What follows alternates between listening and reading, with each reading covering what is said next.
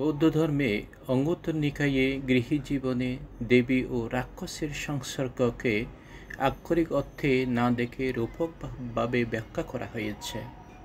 সত্যবরিয়া সূত্র অনুসারে স্বামী স্ত্রী সম্পর্ককে বিভিন্ন শ্রেণীতে ভাগ করা হয়।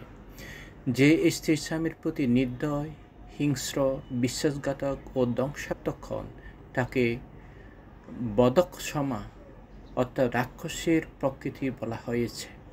অন্যদিকে যে স্ত্রী মায়ের মতো স্নেহময়ী, বন্ধুর মতো সহযোগী বা সেবিকার মতো সহনশীল তাকে দেবীর তুল্য গুণসম্পন্না হিসেবে গণ্য করা হয়। এই দুই বিপরীত প্রকৃতি মানুষের দাম্পত্য জীবন বা সংসর্গ নরকের সমান দুঃখময় হয়।